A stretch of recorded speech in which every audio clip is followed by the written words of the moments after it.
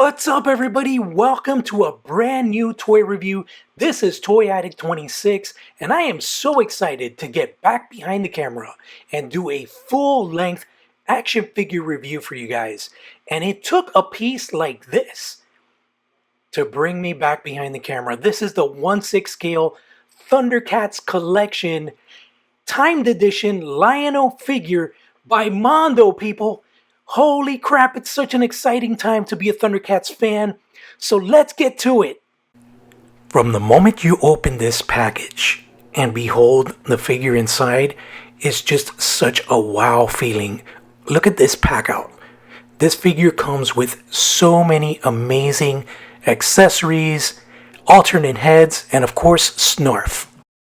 The sculpted details on this figure are nothing less than remarkable.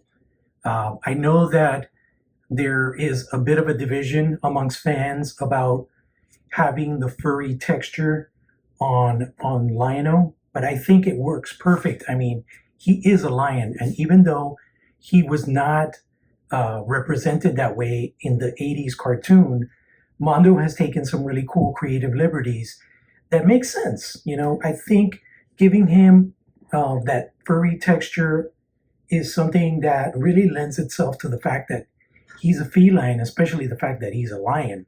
I mean, lions are not hairless animals. They have a lot of hair. They're very furry, and they have a huge mane of hair, which is one of the reasons why, Lion-O's hair is so wild and bushy in the cartoons, and as well in this awesome three-dimensional representation in 1/6 scale. The details on the armor are nothing less than spectacular. I love the kind of shine and glimmer that you get off the chest harness piece. Again, there was some creative liberties in the redesign, but I think overall, what's awesome about this is Mondo is getting the formula that they applied to the Masters of the Universe 1/6 scale figures, and they're doing it with Thundercats. And I am so excited about that because we are getting this rare glimpse at what a live action Thundercats film could look like through these incredible designs.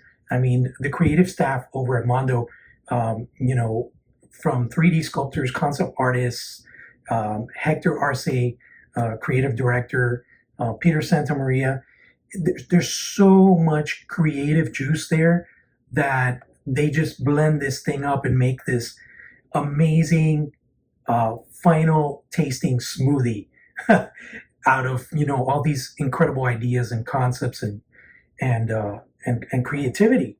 So I wanted to just highlight the amazing sculpt, because it really is something that needs to be appreciated and applauded, especially the fact that this is the first figure to commemorate the beginning of such an incredible 1/6 scale line from Mondo. Even the fact of like these kind of details where the Thundercats emblem is jeweled. It's, if you could see, it's transparent. So it's almost like you have a red ruby embedded on that belt. They did the same thing with the Sword of Omens, where it's jeweled. And that's a beautiful touch. This here is the Mondo edition Sword of Omens, which is a lot more detailed than the original cartoon style. It's got that really nice bloodlet design, and they did some reimagining as far as the handle and the hilt are pretty close to the 80s design, but then they obviously did some reimagining as far as the blade itself, the bloodlet, and those incredible etched designs on the actual blade. But that's what Mondo's good at. They always plus things up. The addition of this really cool kind of wrist bracelet, this could be kind of like a communicator. I'm not sure if all the Thundercats are going to have this, or maybe it's just Lion-O that carries this particular bracelet. But it's just so cool, just the extra things.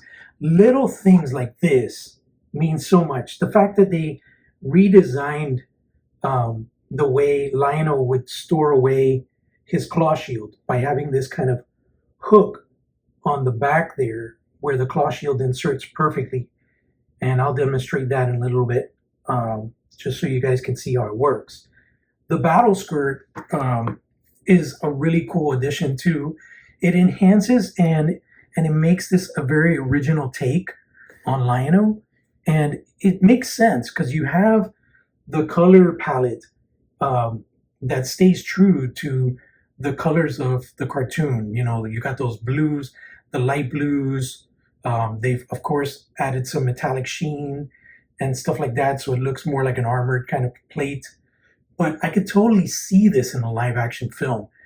The boots, super detailed. Again, new added details like those straps, the double straps on the top, and then the single strap on the bottom that holds kind of like a coverall over the boot itself. I love the worn look where you could tell that these boots have seen some battle, so they're not perfectly clean and shiny. They're a little scuffed and dirty. And I like the touch of the golden soles. It just kind of really adds a lot of accent and contrast to the overall piece. This is the shiny version with the more like cartoon-based claw shield, which comes with the timed edition Lionel. But then with the timed one, we also get the furry claw shield, which is exclusive to this edition. The details on the head portrait are fantastic. I love the subtle but sculpted in fur on the jawline. So it's almost like his lamb chops are kind of coming, but they're in the same tone of color as his face versus the red, the striking red hairy mane. But I love the fact that it's almost like he has a beard and he's got like the lamb chops sculpted on the side there of his jaw. And then if you look closely, you can see that he also has a little bit of a note of fur on the chin. You can see it right there. And it's sculpted in. Very subtle, but it's noticeable and just looks so cool, and it adds so much realism to this such an amazing sculpt. I have my favorite head portrait on video right now, which is the one where the eyes seem to be glowing. This is not a glow in the dark effect or anything like that. It's just the way the head is painted. But I love the furry texture, the sculpted kind of lamb chops on the side of the jaw there. The eyebrows are fantastic. They did slightly change that in the cartoon. The eyebrows are black, but this works. The darker tone, almost like the same color basically of the hair, matching the eyebrows. And then of course the I don't want to say eyeliner, but like the black outline of the eyes is very clean, very well done. Just such a beautiful representation in three-dimensional form. And again, there are so many heads that come with this pack out that it's amazing. It's like, I feel personally like I'm going to be displaying Lionel in a different way every month pretty much, because I have so many awesome parts to explore and play with. Just to give you guys a look at the back of the hair here, it's all wild and crazy. Every individual hair strand is meticulously sculpted and painted so well. The back, super clean. It's got that metallic sheen to it. The back of the belt with the added highlights and stuff.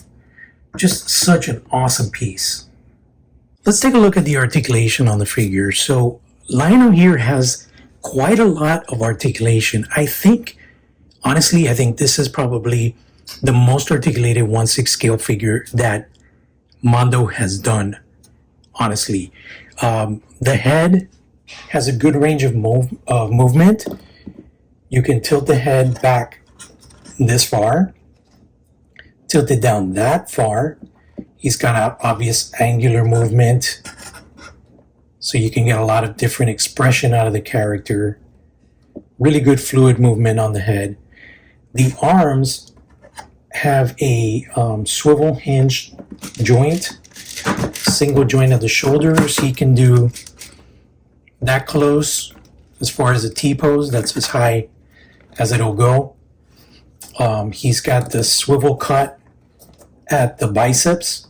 He's got a single hinge joint at the shoulders. At the elbows. But he also has a swivel joint, which gives you a little bit more range of motion than a normal single joint. And then on the wrist, he has the ball hinge joint that gives you a lot more range of motion as well. The torso, mid-torso, is on a ball socket, so under this armor piece here, you get a full rotational ball socket kind of range of movement, which lends itself to giving a nice, good ab crunch. And then he can arch the back this much, which is great. Then he also, on top of that, has a ball socket waist. So it gives you an additional added range of motion underneath the belt. You could twist the waist this far and this far here. Then the legs, you've got like a ball hinge joint at the crotch. You could bring the leg up this high with the battle skirt. Maybe if you take the battle skirt off, let's see. No, that's as high as it goes because that's where the seam of the briefs are. So that's as high as you can get the leg up. Then he's got a double jointed knee, which is great because it gives you added range of motion. You could bend the knee this much. And on top of that, he also has a swivel joint at the top of the double joint and at the bottom of the double joint. Then the foot or ankle has a rocker joint and it has a hinge. So you can hinge the foot this much, and then he's got the rocker joint for those angular poses to make sure your figure doesn't fall over. I've been able to pose this figure in a lot of dynamic poses without using a display stand, which is great because that means the mobility and the engineering on this figure is top notch. You know, this is not a Marvel Legends. It's not like super hyper articulated like a Mayfax or anything like that. But it completely destroys Super 7, for example, in comparison to their Ultimates figures, which is something that you would expect a lot more range of motion. This thing moves so much better than a Super 7 Ultimates Lion-O. Another really cool feature about this figure is that for those of you who are not fans of kind of like the redesign and the chainmail or the battle skirt that the figure comes with, the folks at Mondo have designed it in a way that you could actually remove this. So basically what you do is the armored piece has these kind of like pegs that kind of insert into these grooves on the belt. All you got to do is loosen those pegs by pulling up on the belt. Loosen the front. Do the same thing on the back. Lift the belt. Loosen the pegs. And once the skirt is loose, carefully you just close in the legs and just slide down the battle skirt. You want to do this slowly because I feel like if you do it a lot of times, it might eventually rip the battle skirt piece, and I don't want to do that because I kind of like the battle skirt look. But then you see that pretty much exposes the iconic cartoon look of Lion-O in his briefs or speedos or whatever you want to call it. So you can display Lion-O in your preferred manner. You could do it in a more cartoon accurate look like this with his briefs and no battle skirt. You can also remove the communicator or bracelet thing and just kind of keep him as bare bones as possible to resemble the cartoon look. And that's, again, one of the reasons why Mondo excels so much in their collectible releases, is because they think of every kind of idea. You know, obviously they knew collectors, some of them would not be happy with this and they would want to have a more cartoon accurate look for Lion-O. So they gave you the option to display him that way.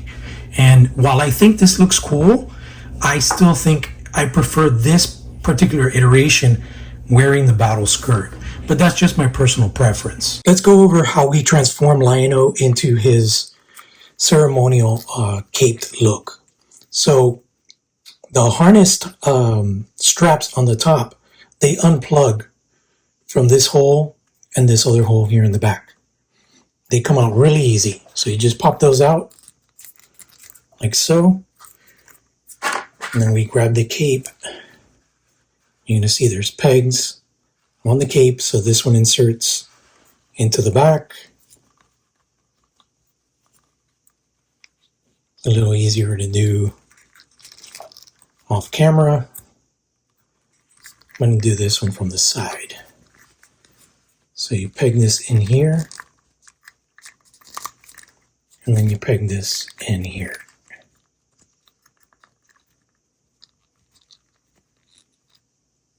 And there you go. And once you pop the ceremonial crowned Lion-O head on, it's just like a completely different look. It just looks fantastic. This is one of my favorite looks for this figure. And I'm surprised because this is one singular episode and a very short scene in the entire animated series, but it is such a majestic and amazing look for Lion-O. I love that windblown effect of the hair in the back and just, you know, the sheer stern stare in his expression wearing this crown. It's like he's someone not to be messed with, you know. It's just such an awesome piece. And then the cape has bendy wire all around the seams, so you can pose it, you know, you can have it like windblown, stuff like that. You can play around with it and do all sorts of crazy stuff with the cape.